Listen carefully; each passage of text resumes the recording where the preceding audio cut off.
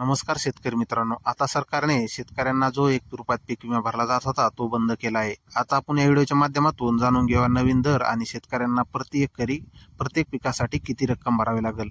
तर मित्रांनो, यामध्ये सर्वात प्रथम जाणून घेऊया आपण ज्वारीचा दर। यामध्ये ज्वारी 40 गुंठ्यासाठी आपल्याला 264 रुपये प्रति एकरसाठी भरायचे आहे। त्यानंतर बाजरीसाठी 1 एकरला आपल्याला 240 रुपये प्रति पीक विमा भरायचा आहे।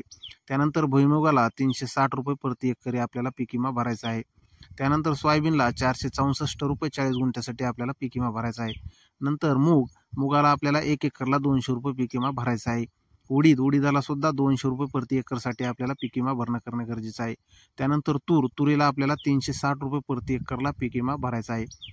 तसेच आपल्याला कापसासाठी 1 एकरला 720 रुपये पीक विमा भरायचा आहे। त्यानंतर मक्काला आपल्याला 1 एकरला 288 रुपये पीक विमा भरायचा आहे। तसेच कांद्याला आपल्याला प्रति एकरी 1360 रुपये प्रति एकरला पीक विमा भरायचा आहे।